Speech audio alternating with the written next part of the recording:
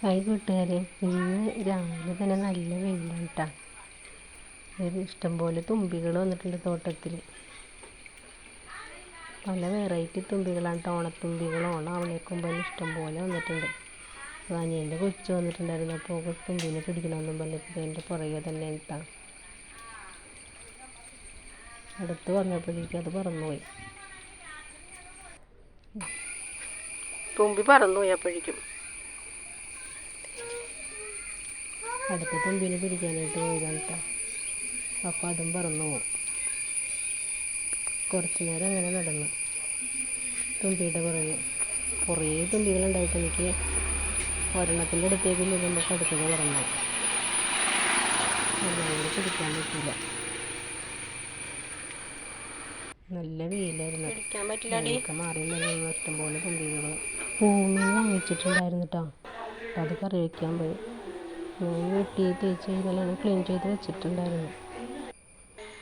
ഇനിയിപ്പോൾ ഉള്ളിയും ഇഞ്ചിയും പച്ചമുളകും അതെല്ലാം മരുന്ന് റെഡിയാക്കി വെച്ച് പിന്നെ കുടപ്പുള്ളി വെള്ളത്തിൽ ഇട്ടിട്ടുണ്ടായിരുന്നു.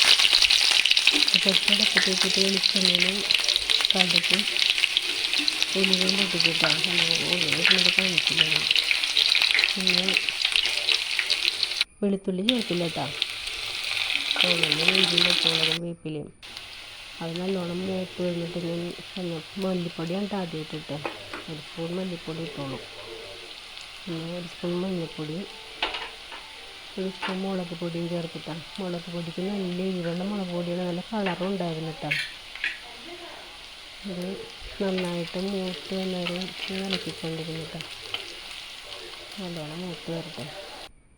എന്നിട്ട് അതിലേക്ക് കുടപ്പുളി വെള്ളത്തിലിട്ട് വെച്ചിട്ടുണ്ടാവില്ല. അതങ്ങനെ തന്നെ വെള്ളവും പുളിയും കൂടി അങ്ങനെ ചേർത്ത് വെച്ചിട്ടാണ്.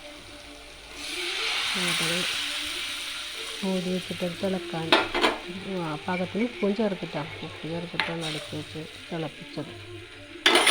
നന്നായിട്ടൊന്ന് തിളച്ചോട്ടെ.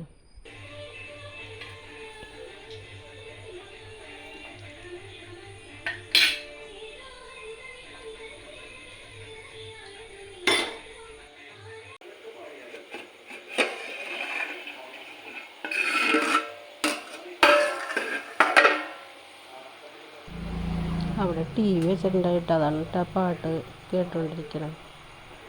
പിന്നെ കഷ്ണങ്ങളൊക്കെ ഓരോന്നായിട്ട് ചേർത്ത് കൊടുത്ത്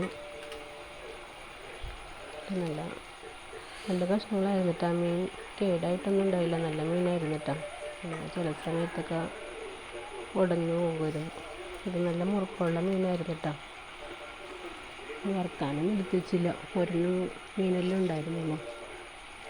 കാരണം കറി വെക്കാമെന്ന് വിചാരിച്ച്.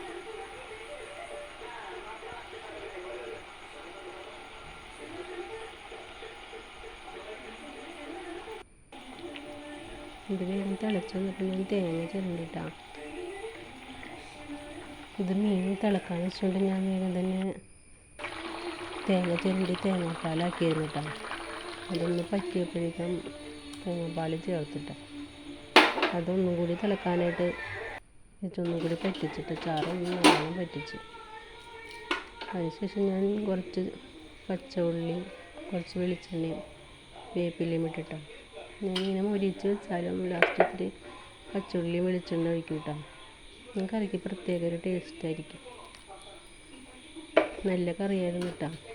നല്ല ഉപ്പും പുളിയൊക്കെ നന്നായിട്ട് പിടിച്ചിട്ടുണ്ടായിരുന്നു. നിങ്ങൾ ഇതേപോലെ ഒന്ന് വെച്ച് നോക്കട്ടോ. ഇഷ്ടമെങ്കിൽ ലൈക്കും സബ്സ്ക്രൈബും ചെയ്തേക്കണം കേട്ടോ.